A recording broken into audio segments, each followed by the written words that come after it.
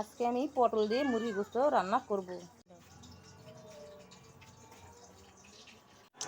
প্রথমে পটলগুলা দিয়ে দিব।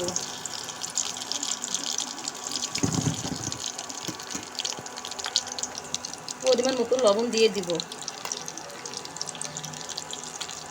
হলুদের গুঁড়া দিয়ে দিব। দিয়ে ভেজে নেব। পটলটা ভাজা হয়ে গিয়েছে, এবার তুলে নেব। এবার তেলটা গরম হয়ে গিয়েছে, আমি পেঁয়াজটা দিয়ে দেব। দিয়ে লাল করে ভেজে নেব।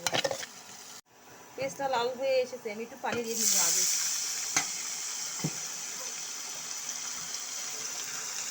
মতো হলুদের গুঁড়ো পরিমাণ মতো, লবণ পরিমাণ মতো, রসুন জিরা,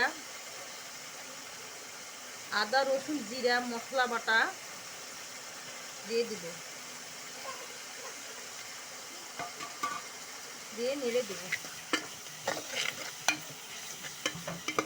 দিয়ে দিব, দিয়ে কষে নেব।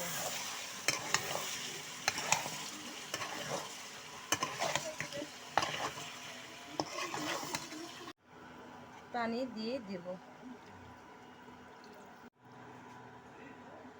তরকারি বলক আসলে আমি পটলগুলা দিয়ে দেব।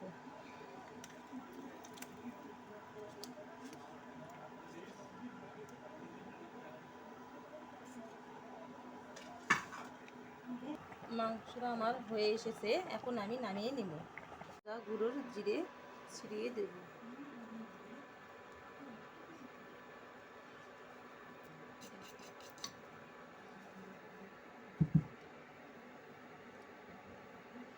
তৈরি হয়ে গেল পটল দিয়ে মুরগির মাংস।